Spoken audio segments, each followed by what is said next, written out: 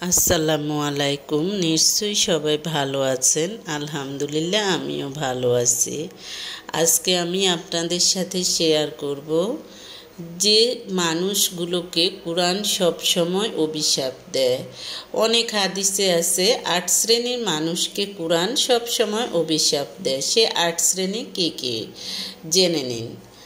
ধ্বংস তার যে মানুষের পিছনে মিথ্যা অপবাদ রটায়। নাম্বার 2 হলো ধ্বংস তার যে মানুষকে অপমান করে কথা বলে। ধ্বংস তাদের যারা পরিমাপে কম দেয়।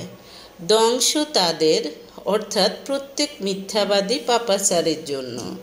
ধ্বংস তাদের জন্য যারা নামাজে অবহেলা করে। ধ্বংস তাদের জন্য যারা এতিমের হক মেরে খায়।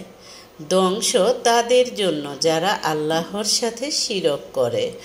অর্থাৎ এই কয়েক শ্রেণীর মানুষের ধ্বংস আজকে না হয় কালকে হবেই, তবে অপেক্ষা করতে হবে।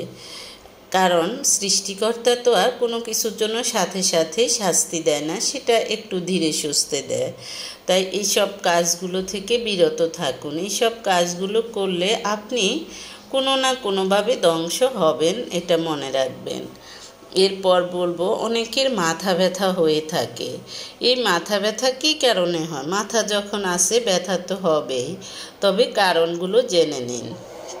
যেমন প্রেশারের সমস্যা থাকলে মাথার পিছনের দিকে ব্যথা হয়।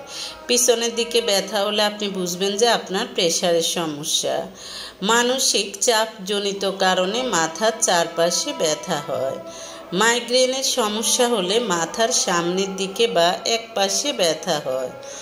দাঁতের ব্যথার কারণে সমস্ত মাথা এমনকি গাঁড়ও ব্যথা হতে পারে।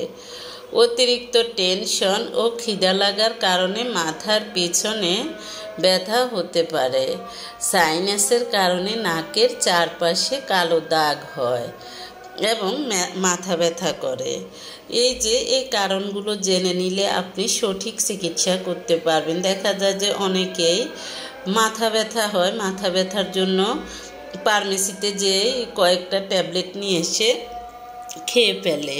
এটা কিন্তু এতে আপনার কিডনি সহ বিভিন্ন অঙ্গ প্রত্যঙ্গের ক্ষতি হবে। তাই আপনি জেনে নিন আপনার মাথা ব্যথাটা কিসের কারণে হচ্ছে। প্রেশারের কারণে হচ্ছে, নাকি মাইগ্রেনের সমস্যার কারণে হচ্ছে, নাকি দাঁতের ব্যথার কারণে হচ্ছে, নাকি অতিরিক্ত মানসিক চাপে হচ্ছে, নাকি সাইনাসের কারণে হচ্ছে।